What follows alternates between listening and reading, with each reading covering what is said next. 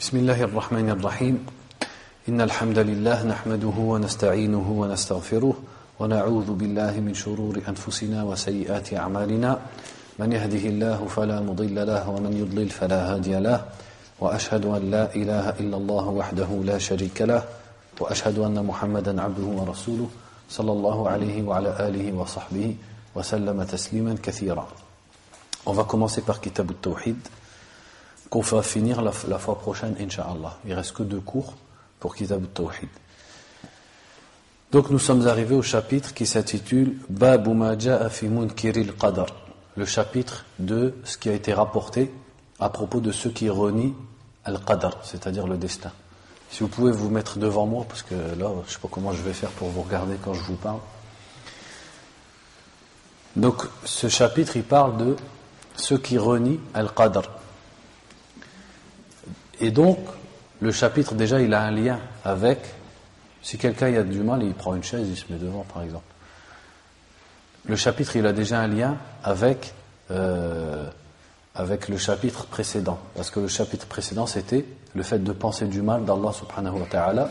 Et on avait dit, il en faisait partie, le fait de croire que certains événements ne sont pas inclus dans ce qu'Allah subhanahu wa ta'ala a destiné. Entre guillemets, c'est échappe au destin et à la force d'Allah subhanahu wa ta'ala. Donc déjà, ce chapitre, il a un point commun avec le chapitre précédent. Et également, Al-Qadar, quel rapport entre Al-Qadar et le Tawhid? C'est qu'en vérité, Al-Qadar, le fait de croire au Qadar, au destin, c'est inclus dans la foi en Allah subhanahu wa ta'ala. Parce que croire au destin, c'est croire au fait qu'Allah savait tout ce qui allait se passer, l'a écrit. Donc c'est rattaché à un attribut d'Allah qui est l'ilm, c'est-à-dire le savoir complet et éternel. C'est rattaché à un acte d'Allah qui est al-kitaba, le fait d'avoir écrit tout ce qui allait se passer. Et c'est croire aussi que Allah subhanahu wa ta'ala a voulu tout ce qui allait se passer, al-mashi'a, la volonté, donc qui est également une qualité d'Allah subhanahu wa ta'ala, et qu'Allah a créé tout ce qui se passe. Al-Khalq, qui est également à la fois une qualité mais aussi un acte d'Allah. Donc en vérité, croire au Qadar, c'est croire en certains actes et certaines qualités d'Allah subhanahu wa ta'ala. C'est pour ça qu'il a une grande importance dans At-Tawhid. C'est pour ça que Abdullah ibn Abbas radiyallahu anhuma disait Al-Qadar nizam At-Tawhid, pour montrer la place de la foi au destin dans le monothéisme. Et c'est aussi un des secrets, wallahu a'lam, pour lequel Allah subhanahu wa ta'ala, quand il a cité les piliers de la foi dans le Coran, il n'a jamais cité avec Al-Qadr. À chaque fois, il cite la foi aux anges, à Allah, aux anges, aux livres, comme par exemple dans le verset Laysa al-birra an tuwallu wujuhakum qibala al-mashriqi wal-maghrib. Donc Allah, dans ce verset, a cité Walakin al-birra man amana billahi wal yawmil akhiri wal malaikati wal kitabi wal nabiyyin. Donc il a cité 5 piliers de la foi, mais il n'a pas cité Al-Qadr. Et on retrouve la même chose dans Amana ar-rasulu bima unzila ilayhi min rabbih wal mu'minun. Le Qadr n'est pas cité. Alors que dans le hadith de Jibril, quand le prophète sallallahu alayhi wa sallam a cité les piliers de la foi, il en a cité 6. Et le 6e, c'est Al-Qadr. Donc quel est le secret pour lequel Allah subhanahu wa ta'ala n'a pas cité le Qadr en 6e? C'est parce que le Qadr rentre dans la foi en Allah. Croire au Qadr, c'est croire à certains actes et certains attributs d'Allah subhanahu wa ta'ala. Donc il dit ici, وقال ابن عمر, donc il commence par un hadith, il dit, Abdullah ibn Umar radiyallahu anhuma a dit, والذي نفس ابن عمر بيده لو كان لأحدهم مثل أحد ذهبا ثم أنفقه في سبيل الله ما قبله الله منه حتى يؤمن بالقدر ثم استدل بقول النبي صلى الله عليه وسلم الإيمان أن تؤمن بالله وملائكته وكتبه ورسله واليوم الآخر وتؤمن بالقدر خيره وشره رواه مسلم. Donc là il a cité de façon résumée le hadith rapporté par Abdullah ibn Omar qui est dans Sahih Muslim, dans Kitab al-Iman, au début de Sahih Muslim. Donc ici il dit que Abdullah ibn Omar a dit par celui dans la main de qui est l'âme de Ibn Omar, c'est-à-dire il jure par Allah. Si l'un d'entre eux Et on va expliquer après de qui il parle. Si l'un d'entre eux détenait l'équivalent de la montagne d'Uhud en or et qu'il le dépensait dans le sentier d'Allah, Allah ne l'accepterait pas de lui jusqu'à ce qu'il croie au qadr, au destin. Et ensuite, le cheikh Mohammed ibn Abdel Wahhab rahimahullah dit, et ensuite il a prouvé, il a étayé ce qu'il a dit en citant la parole du prophète sallallahu alayhi wa sallam, al-iman, c'est-à-dire la foi, et de croire en Allah, à ses anges, à ses livres, à ses messagers, au jour dernier, et de croire au destin bon et mauvais, rapporté par Muslim. Donc en fait, l'histoire de ce hadith, c'est que 2 personnes parmi les tabi'in étaient venues d'Irak. Et celui qui raconte l'histoire, qui est un tabi'i, il dit qu'ils étaient venus d'Irak et qu'il était surgi en Irak, avait surgi en Irak des gens qui reniaient Al-Qadr. Donc ça, c'est une des premières firaq, c'est-à-dire une des premières sectes égarées dans l'islam à être apparues. C'est ceux qu'on appelle Al-Qadariyya. Et ils sont apparus en Irak, à l'époque des tabi'in, où il restait encore certains sahaba qui étaient vivants. Donc le tabi'i, il raconte que lorsque cette doctrine est sortie, il voulait l'avis des salafs. Donc pour les tabi'in, leur salaf, c'est les sahaba, c'est-à-dire ils voulaient revenir aux savants et à ceux qui les ont précédés pour savoir ce qu'ils en pensaient. Et donc ils ont fait le pèlerinage à 2 et ils sont partis voir Abdullah ibn Omar. Chacun s'est mis d'à côté de Abdullah ibn Omar. L'un s'est mis à droite, l'autre s'est mis à gauche et ils lui ont dit « Ya Aba Abdurrahman ». Donc « Oh Abu Abdurrahman », c'était la kunya de Ibn Omar. Ils lui ont dit « Il y a des gens qui sont apparus chez nous, c'est-à-dire en Irak, qui disent « La qadar wal amru unuf ». Ça veut dire « Il n'y a pas de destin » wal amru, c'est-à-dire la situation, toute chose, unuf. Unuf, c'est-à-dire se renouvelle chaque jour par hasard, sans qu'elle ne soit déjà déterminée. Donc qui disait ça, c'était des gens qui étaient des musulmans, des gens qui se disaient musulmans, et qui sont apparus en Irak, à l'époque des tabi'in. Et Abdullah ibn Omar leur a répondu en disant, si l'un d'entre eux détenait la montagne d'Uhud en or et la dépensait dans le sentier d'Allah, Allah ne l'accepterait pas de lui jusqu'à ce qu'il croie au qadar. Ça, qu'est-ce que ça signifie? Ça annule leur islam. C'est-à-dire, c'est du takfir de la part de Abdullah ibn Omar. Il les a taxés de mécréants. Parce que de qui Allah n'accepte pas les aumônes? C'est du kafir. Et ce takfir, il est justifié pourquoi?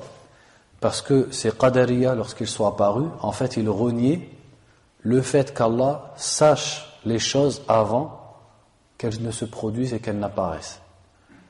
Donc, ils acceptaient la science d'Allah, ils reconnaissaient la science d'Allah, mais pas sa globalité. Ils ne disaient pas qu'Allah est ignorant. Ils disaient qu'Allah subhanahu wa ta'ala est alim, mais il ne sait pas ce qui va se produire plus tard. Et ils reniaient également le fait qu'Allah ait écrit ce qui allait se passer. Donc ils reniaient 2 choses. La science précédente d'Allah subhanahu wa ta'ala de ce qui allait se passer, et également l'écriture, al-kitaba d'Allah, c'est-à-dire le fait qu'Allah a écrit ce qui allait se passer. Ça, ils le reniaient. Donc Abdullah ibn Omar les a traités de mécréants pour ça. Et Ibn Abbas également, il y a des paroles très dures qui ont été rapportées de lui. Lorsqu'on lui rapportait ce que les gens disaient en Irak sur le destin, il était aveugle et il disait « Ramenez-moi l'un d'entre eux pour que je mette mes mains sur son cou et que je lui torde. » Et dans une autre parole, il disait « Ramenez-moi l'un d'entre eux pour que je lui arrache son nez avec mes dents. » Ibn Abbas, il disait ça sur Al-Qadariyya. Donc ça, c'était Al-Qadariyya dans leur première étape. Donc Al-Qadariyya, les premiers, lorsqu'ils sont apparus, on appelle ça roulette Al-Qadariyya. Ils étaient dans l'extrême de Al-Qadariyya, c'est-à-dire du fait de renier le destin. Puis, ce qu'on appelle Al-Qadariyya, c'est-à-dire en tant que doctrine, elle a été adoptée par un autre groupe. C'est-à-dire qu'après Al-Qadariyya, c'était plus vraiment un groupe, c'était plutôt une doctrine qui a été adoptée par d'autres groupes. Et qui est le groupe qui représente Al-Qadariyya, dans le sens où il renie le destin? C'est Al-Mu'tazila. Donc Al-Qadariyya, c'est plus devenu une doctrine qui était connue pour être la doctrine adoptée par Al-Mu'tazila. Si ce n'est que Al-Qadariyya, après cette première étape, elle est devenue moins, entre guillemets, moins grave. C'est-à-dire les premiers Qadariya, ceux dont que Ibn Abbas et Ibn Omar ont traité de mécréants, eux ils reniaient la science précédente d'Allah et l'écriture d'Allah. Mais les Qadariya d'après ont accepté le fait qu'Allah savait ce qui allait se passer et qu'Allah avait écrit ce qui allait se passer. Mais ils ont dit, et là c'est leur point commun avec les premiers, mais Allah n'a pas voulu ce qui allait se passer et n'a pas créé tout ce qui allait se passer. Et là donc où ils ont divergé avec Ahl Sunnah wal Jama'a, c'est sur la question de Af'al ul Ibad, c'est-à-dire les actes des êtres humains. Donc là on parle des deuxièmes, entre guillemets, Qadariya, plus des premiers, ceux qui sont venus après, qui étaient entre guillemets moins graves, parce que les savants ils les ont juste taxés de Mubtadi'a, d'innovateurs mais pas de mécréants. Alors que les premiers, les Sahaba, ils les considéraient comme des mécréants, ils les considéraient pas comme des musulmans. Donc les autres, donc les Mu'tazila, eux qu'est-ce qu'ils ont dit? Ils ont dit qu'Allah savait ce qui allait se passer, a écrit ce qui allait se passer, mais que les actes des êtres humains, Allah ne les a pas voulus et n'en est pas le créateur. Mais que c'est l'être humain qui crée son propre acte. Quand on le dit comme ça en français, on peut vouloir dire qu'est-ce que ça veut dire? L'être humain crée son acte. Ça parle pas. Enfin, quand on l'explique en français, c'est pas très parlant. Qu'est-ce que ça veut dire? Ça signifie que l'être humain fait ce qu'il veut, comme bien ou comme mal, sans que la volonté d'Allah n'ait rien à voir avec ça. Autrement dit, qu'Allah ne peut pas t'empêcher de faire ce que tu veux. Et que même si Allah a destiné que tu fasses telle chose, tu peux le changer et faire autre chose. Donc au final, qu'est-ce que ça revient à faire? Ça revient à mettre l'être humain à l'égal d'Allah subhanahu wa ta'ala. Pourquoi? Parce que ça revient à dire que une des créatures d'Allah peut faire dans la souveraineté d'Allah quelque chose et qu'Allah ne peut pas l'en empêcher. Alors que Ahl Sunnah disent que l'être humain est doté d'une mashi'a, c'est-à-dire il a une volonté et il a une qudra, une capacité. Et par cette volonté et cette capacité, il fait ce qu'il veut, que ce soit en bien ou que ce soit en mal. C'est pour ça qu'Allah dit dans le Coran, فَمَنْ شَاءَ فَلْيُؤْمِنْ وَمَنْ شَاءَ فَلْيَكْفُرْ. Celui qui veut qu'il croie et celui qui veut qu'il mécroie. L'être humain, il n'est pas contraint. S'il veut être musulman, il l'est. S'il veut être mécréant, il l'est. S'il veut faire le bien, il le fait. S'il veut faire le mal, il le fait. Et ça, c'est conforme au texte du Coran et des hadiths, et aussi c'est conforme à ce que toute personne sent. Toute personne, elle sent que quand elle est en voiture, elle a le choix de tourner à droite ou à gauche. Elle a le droit elle sent que si elle veut faire du bien ou ne pas le faire, c'est son propre choix.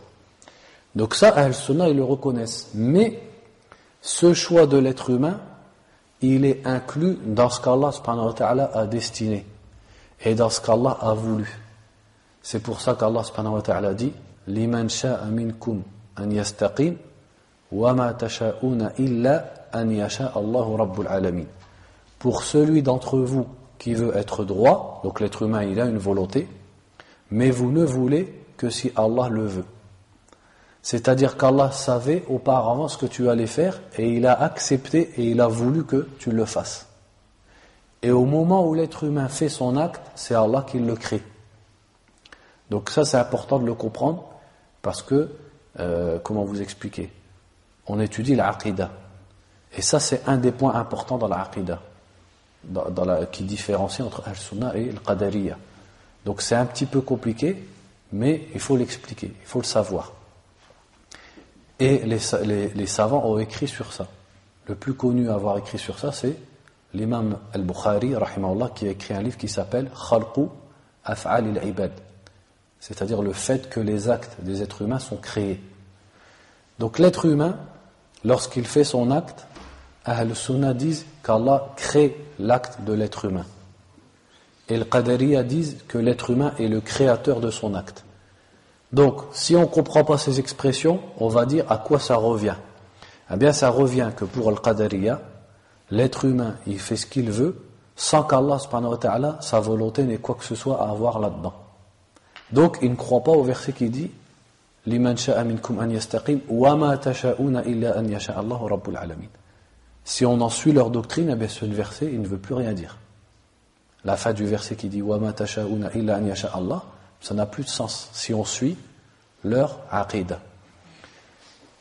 Donc pour eux, l'être humain fait sans que le destin et la volonté d'Allah n'aient quoi que ce soit à voir là-dedans, et que donc il peut faire ce qu'il veut, c'est comme si Allah ne pouvait pas l'en empêcher. Alors que Ahl Sunnah disent que l'être humain, ses actes sont créés par Allah. Maintenant, pour comprendre qu'est-ce que ça veut dire, que les actes, comme l'a dit l'imam al-Bukhari, que les actes des êtres humains sont créés par Allah, quelqu'un il peut comprendre, ça veut dire que je suis téléguidé, et que tout ce que je fais, c'est Allah qui me l'a fait faire. Est-ce que c'est ça qu'il faut comprendre? Non. Parce qu'on dit, l'être humain, ses actes sont créés par Allah, mais qui est l'auteur de ces actes? C'est l'être humain. Donc il y a une différence entre le fi'l, c'est-à-dire être l'auteur de l'acte, et le khalq, c'est-à-dire créer l'acte. Quand on dit que l'être humain est créé et son acte est créé, pour mieux le comprendre, on peut dire que Allah a créé dans l'être humain deux outils par lesquels il fait ce qu'il veut. C'est la volonté et la capacité. Tout ce que quelqu'un y fait dans sa vie, il le fait parce qu'il veut le faire et parce qu'il peut le faire. S'il veut le faire mais il ne peut pas, il ne le fera pas. S'il peut le faire mais il ne veut pas le faire, il ne le fera pas. Tout acte que tu fais, c'est parce que tu l'as voulu et tu pouvais le faire. Qui a créé cette volonté et cette capacité dans l'être humain? Allah. Donc, l'acte qui est le fruit de ces deux outils, ben comme il est le fruit de deux créatures, qu'est-ce qu'on dit de lui aussi? Qu'il est une créature. Vous avez compris? C'est ça que ça veut dire, tout simplement. En fait, c'est simple à comprendre, mais c'est juste quand on dit les actes de l'être humain sont créés, on peut mal comprendre. Quand on explique, c'est facile. Aussi, on peut le comprendre en disant que l'être humain, son acte est créé par Allah, mais lui, il est l'auteur de son acte. C'est-à-dire que, comme on vient de l'expliquer, c'est Allah qui a tout destiné, qui a tout voulu, et au moment où tu fais une chose, c'est Allah qui te crée, toi et ton acte. Comme Allah dit dans le Coran, quand Ibrahim a dit à son peuple, Wallahu khalaqakum wa ma ta'malun. Non, ta'malun. Allah vous a créé et ce que vous faites. Donc Allah t'a créé toi et il a créé tes actes. Mais ça c'est au niveau de la création. Mais au niveau d'être l'auteur, qui est l'auteur de ces actes? C'est l'être humain. C'est-à-dire l'être humain, c'est lui qui a choisi de faire le bien, de faire le mal. Donc il est l'auteur. Quand il prie, c'est lui qui est l'auteur de cette prière. Au contraire, quand il fait un péché, c'est lui qui est l'auteur de ce péché. Mais c'est Allah qui l'a créé et qui a créé sa prière et son péché. Vous avez compris? Donc l'être humain, il n'est pas contraint. Et justement, en parlant de contrainte, quand Al-Qadariya sont apparus, qu'est-ce qui est apparu à l'autre opposé? Al-Jabriya. Tu avais une question? À la fin, quand j'aurai tout fini d'expliquer, parce que peut-être je vais répondre à des questions. Quand Al-Qadariya sont apparus, Al-Qadariya, donc les premiers, on a dit, ils reniaient qu'Allah savait tout et a tout écrit. Puis ils ont évolué et Al-Qadariya sont devenus en fait Al-Mu'tazila. Cette doctrine qu'on appelle Al-Qadar a été adoptée par Al-Mu'tazila, qui eux disaient l'être humain n'est pas seulement l'auteur de son acte, il est le créateur de son acte. Et c'est pourquoi les Sahaba et les imams des Tabi'in appelaient les Mu'tazila ou les Qadariya Majous ul-Umma, les Majous de la Umma. Pourquoi Majous à votre avis? Parce que les Majous, ils croient en deux créateurs, le bien et le mal. C'est-à-dire que pour eux, il y a d'une part la lumière qui crée le bien et les ténèbres qui créent le mal. Donc c'est un des rares groupes à avoir cru en deux créateurs. Al-Qadariya, lorsqu'ils disent que l'être humain crée ses actes, ils croient en 6 milliards de créateurs qui peuvent faire des choses sans qu'Allah ne les empêche, sans que la volonté d'Allah n'ait rien à voir. Donc ils l'ont mis à l'égal d'Allah subhanahu wa ta'ala. Donc c'est pourquoi il est rapporté même des hadiths, plusieurs hadiths qui ne sont pas authentiques, mais ils sont nombreux, comme quoi le prophète a dit sallallahu alayhi wa sallam, Al-Qadariya majousul umma.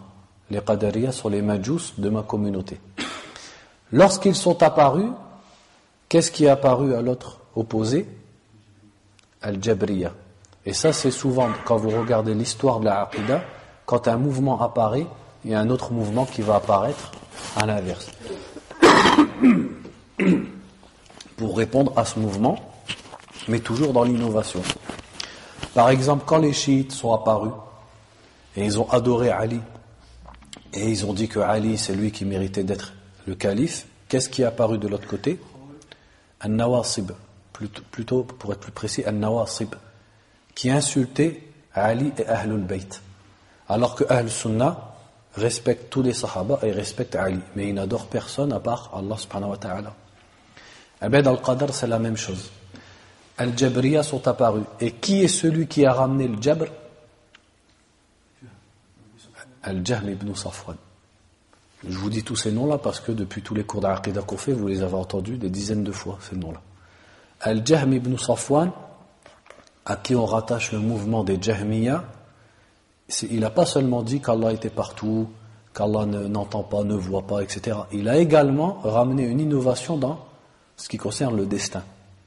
Cette innovation, elle s'appelle Al-Jabr. Pourquoi Al-Jabr? Parce que c'est la contrainte.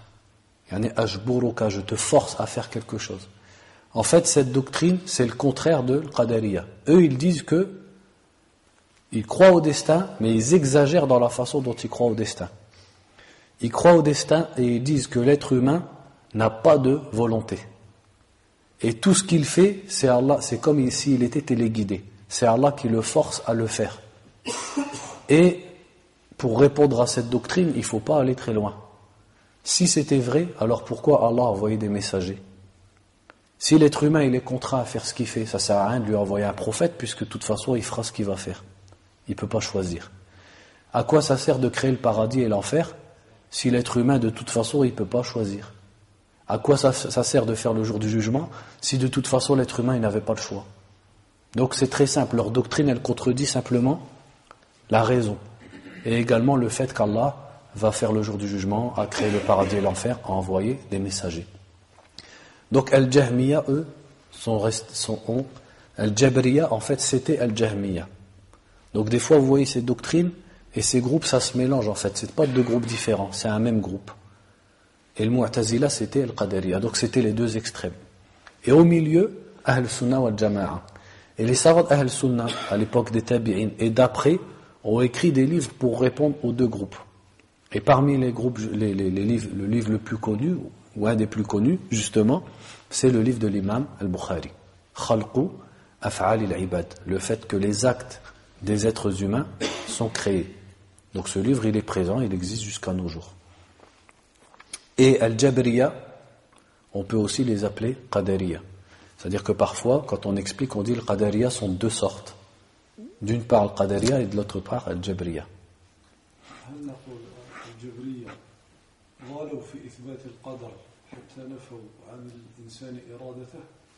Voilà, c'est ça. Ouais, c'est exactement ça. C'est-à-dire, Al-Jabriya, ils ont exagéré dans l'affirmation du destin jusqu'à dénuer l'être humain de sa volonté et de sa capacité. Et le Qadariya, ils ont, en français, je sais pas quoi, ils ont été trop laxistes, on va dire, par rapport au destin, au point d'élever l'être humain à un rang qui n'est pas le sien. Et au milieu, Ahl Sunnah wal Jama'a, pour expliquer leur doctrine, on peut diviser la foi au destin en 4 maratib, 4 étapes entre guillemets. Et quand on explique ces 4 points dans l'ordre, la foi au destin, elle devient claire à comprendre. La première chose, c'est qu'on croit à l'ilm, c'est-à-dire ilmullah, le fait qu'Allah savait, le fait qu'Allah savait tout ce qui allait se passer. Ça, est-ce que l'être humain il a du mal à le comprendre? C'est facile à comprendre. Sinon, ça reviendrait à dire que la science d'Allah, elle a un naqs, elle est limitée. Donc nous, on sait qu'Allah sait tout, et dans tout ce qu'il sait, il y a également tout ce qui allait se produire, c'est-à-dire l'avenir. La deuxième étape, c'est al-kitab, le fait qu'Allah a tout écrit, comme on va le voir dans le hadith, dans Sahih al-Bukhari. Donc certains, ils ne comprennent pas cette étape. Combien de personnes y viennent et me disent « Je ne comprends pas, c'est déjà écrit que je vais aller au paradis ou en enfer ?» Je lui dis « Oui, bien sûr, c'est sûr que c'est écrit. Ta place, elle est déjà écrite maintenant. » Il me dit « Alors à quoi ça sert que j'œuvre ?» Yani, je ne comprends pas pourquoi Allah me donne des ordres s'il sait déjà. La réponse, elle est simple. Est-ce qu'Allah, il savait ce que tu allais faire ou pas? Oui, ça, tout le monde, ça c'est logique, ça, il n'y a pas de difficulté. Donc si Allah, il savait ce que tu allais faire et il savait tout, est-ce qu'il y a quelque chose qui l'empêche de l'écrire, s'il veut l'écrire? Non. Ben Allah, il a choisi de l'écrire. Une fois qu'on comprend comme ça, c'est simple. Donc ça n'empêche pas que tu as le choix. Mais Allah, il savait déjà ton choix. Toi, par contre, tu ne le sais pas. C'est pour ça qu'il t'a demandé d'agir. Et la troisième étape, c'est al-mashi'a, la volonté. Allah savait tout ce qui allait se passer, a tout écrit et a voulu que ça se passe. Parce que rien ne peut se passer dans le royaume d'Allah sans sa volonté. Sinon, ça voudrait dire que sa capacité, al-qudra, mulkuhu, son mulk, c'est-à-dire sa royauté, son pouvoir, il est naqis. Alors que le mulk d'Allah, son pouvoir et sa royauté, elle est parfaite. Donc tout ce qui allait se passer, Allah a voulu que ça se passe. C'est pour ça que ça se passe. Et au moment où la chose doit arriver, Allah l'a créé. Al-Khalq. Donc Allah a tout voulu, et au moment où la chose doit se faire, Allah l'a créé. Donc Allah a tout créé, tout ce qui se passe. Et ça englobe le bien, et ça englobe le mal. Ça, on en a déjà parlé. Qu'Allah a à la fois créé le bien, et à la fois créé le mal. Pour une raison, et pour des raisons et des sagesses qu'Allah subhanahu wa ta'ala sait. Donc une fois qu'on explique comme ça dans l'ordre, c'est facile. Et les preuves de ces 4 étapes, elles sont connues de tous dans le Coran et la Sunna. Le fait qu'Allah, comme le verset qu'on a cité, wa ma tasha'una illa an yasha Allahu rabbul alamin, et d'autres versets. Donc maintenant on peut, donc pour finir le hadith de Abdullah ibn Omar, quand il leur a dit, Abdullah ibn Omar, ceux-là sur qui vous me posez la question, s'ils dépensaient tant et tant en or, Allah n'accepterait pas d'eux. Tout de suite après, il a dit Sami'tu abi yaqul. J'ai entendu mon père, donc Omar, dire, et là il a cité le hadith de Jibril. Donc souvent nous le hadith de Jibril on le lit comme ça, direct. Mais en fait le hadith de Jibril, quand Abdullah ibn Omar il l'a raconté, ce hadith il a une circonstance en fait.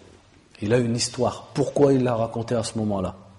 En fait, c'est parce que donc le Qadariya était apparu, ce qui reniait le destin et la science précédente d'Allah et l'écriture précédente d'Allah étaient apparus en Irak.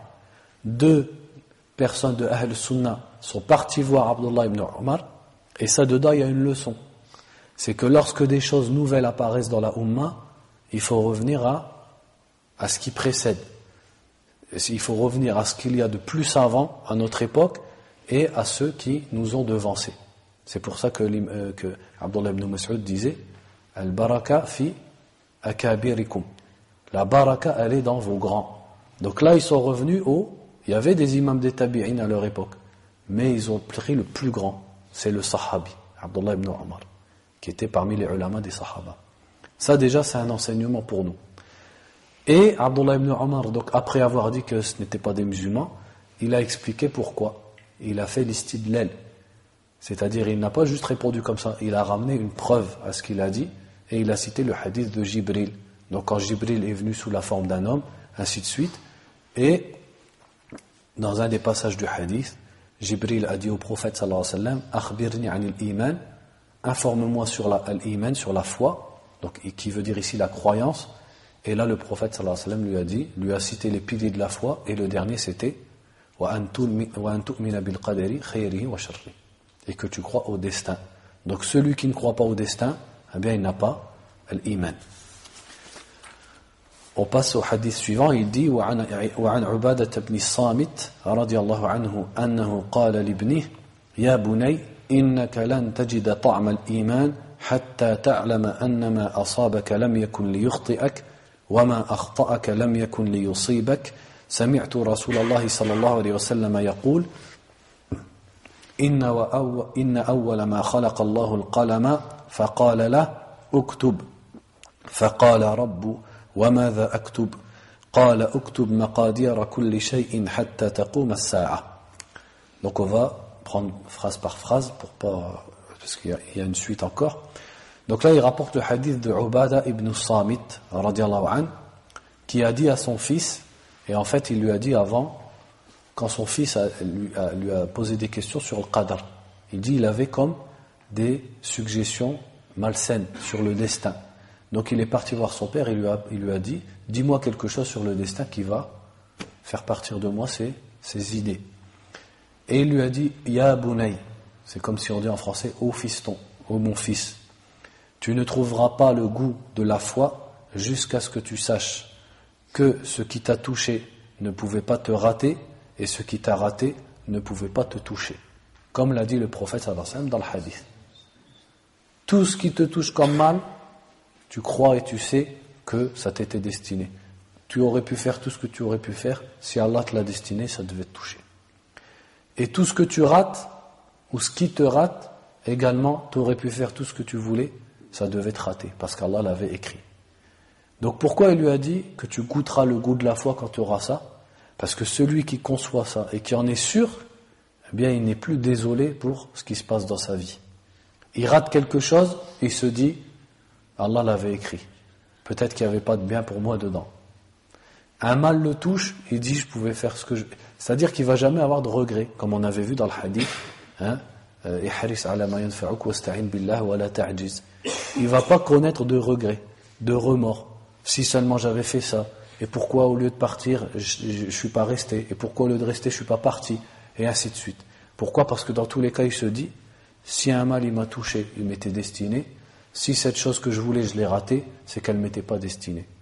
Celui-là, qu'est-ce qu'il va gagner? Il va gagner la sérénité. Au lieu de toujours avoir des remords sur ce qui est passé, il va toujours se concentrer sur quoi? On l'avait vu dans le hadith. Sur l'avenir. Au lieu de toujours regretter et avoir des remords, il regarde toujours l'avenir. Pour ce qui est du passé, il dit, ça m'était pas destiné, ça m'était destiné, et il pense toujours à ihris ala ma yanfa'uk wasta'in billah. Sois assidu et cherche ce qui t'est utile et demande l'aide d'Allah. Quant aux choses qui ratent ou qui ratent pas, ça il dit c'est le destin, il n'a pas de remords. Sa vie elle est simplement remplie par le fait de faire des efforts pour tout ce qui lui est utile. Utile aussi bien dans la dunya que dans l'au-delà.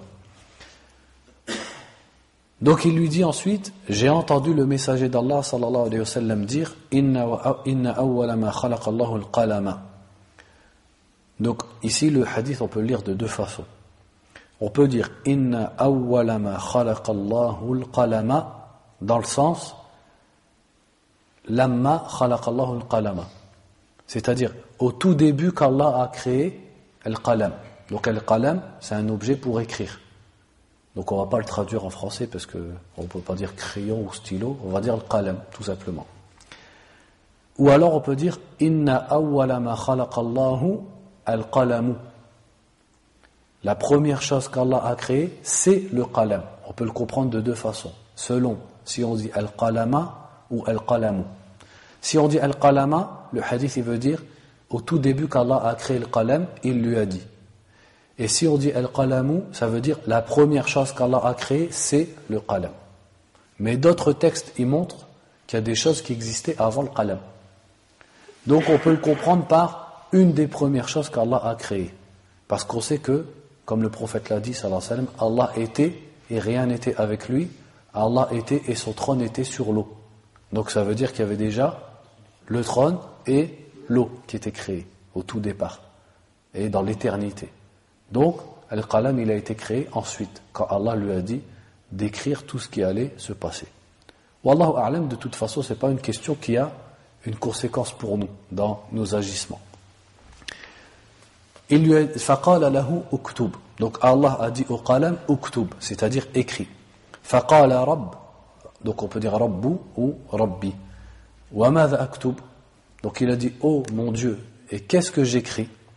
Donc Allah... Et ces hadiths, on les prend tels quels. C'est-à-dire que si Allah donne la capacité au qalam de parler, le qalam peut parler. Et on sait qu'au jour du jugement, qu'est-ce qui va parler? La terre, elle va parler. Les mains, elles vont parler. Les pieds, au point où l'être humain, il va dire à ses mains, pourquoi tu parles contre moi? Donc, dans la vie d'ici-bas, il ne parle que celui qui est doté d'une langue, etc. Mais dans ce qu'Allah crée, que ce soit dans l'au-delà ou dans d'autres circonstances, Allah peut donner la parole à ce qu'il veut. Parce qu'Allah subhanahu wa ta'ala est capable de tout. Donc il ne faut pas croire que le qalam il est incapable de parler, etc. Si Allah lui donne la capacité, toute chose peut parler. Et qu'est-ce que le prophète entendait au début de la révélation? Il entendait les pierres lui dire Assalamu alaikum. Est-ce qu'une pierre elle a une langue pour parler? Non. Mais c'est la puissance d'Allah subhanahu wa ta'ala. S'il veut créer quelque chose et lui donner le kalam, il lui donne. Même s'il n'a pas une langue ou quoi que ce soit.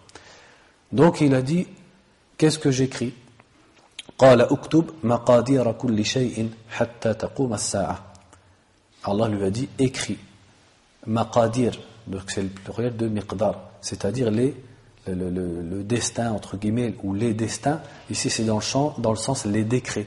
Tout ce qui doit être décrété, tout ce qui a été décrété et destiné, kulli shay, de toute chose, jusqu'à ce que l'heure ne se dresse, c'est-à-dire jusqu'à la fin des temps.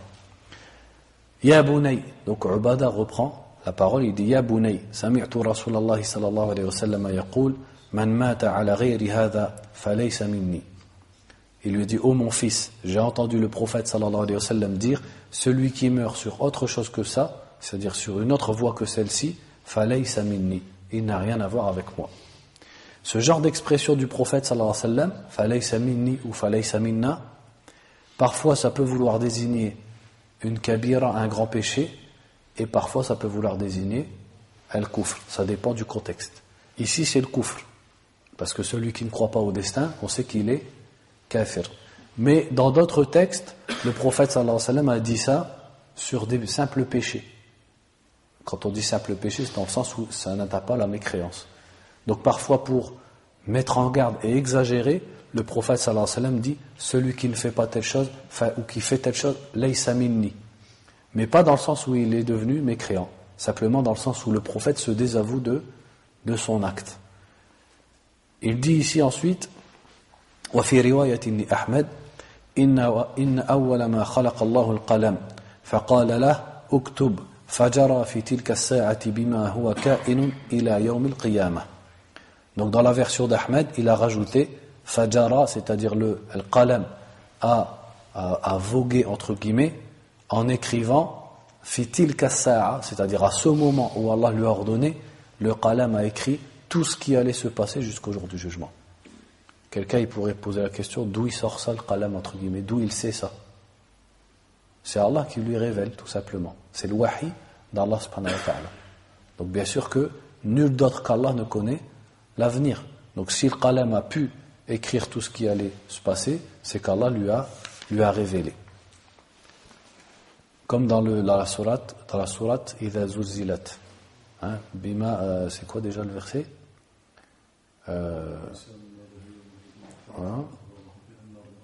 Voilà. Bi anna rabbaka awha laha.